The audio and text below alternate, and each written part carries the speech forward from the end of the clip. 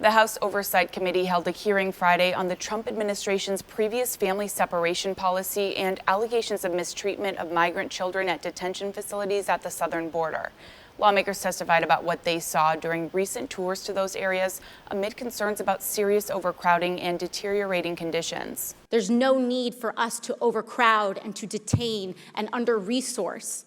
There is no need for us to arrest innocent people and treat them no differently than criminals when they are pursuing their basic human rights. The fear in their eyes won't be forgotten, Mr. Speaker, but the suffering in these illegal camps cannot be forgotten. Imagine traveling thousands of miles in grueling and dangerous conditions because you have no other option only to be separated from your family, from your children, thrown into overcrowded cages, denied a shower, toothbrush, and yes, Mr. Chairman, drink water out of a toilet if you're thirsty.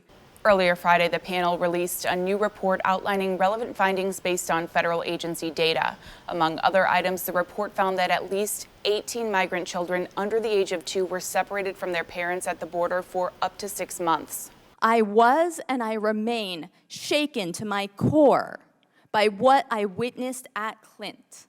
I have 3 children of my own. They are 3, 6, and 9. I do not have the words to explain to them what is happening to children their age in America right now. Families belong together.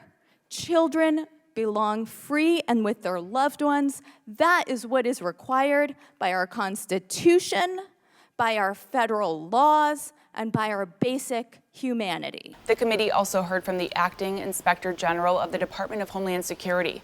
That office recently issued a report highlighting details from an unannounced visit to one of the holding facilities.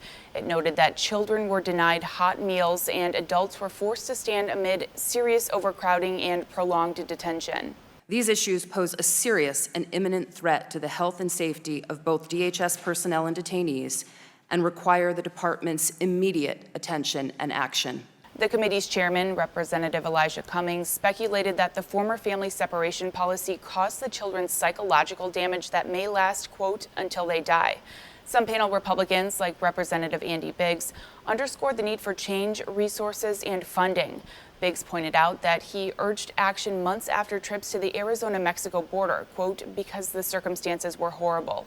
Last month, Congress approved a $4.6 billion spending package for humanitarian aid at the southern border, which President Donald Trump signed earlier this month.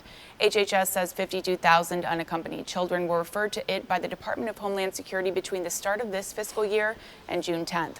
DHS reported that it saw a 28% drop in border apprehensions across all demographics in June compared with the previous month.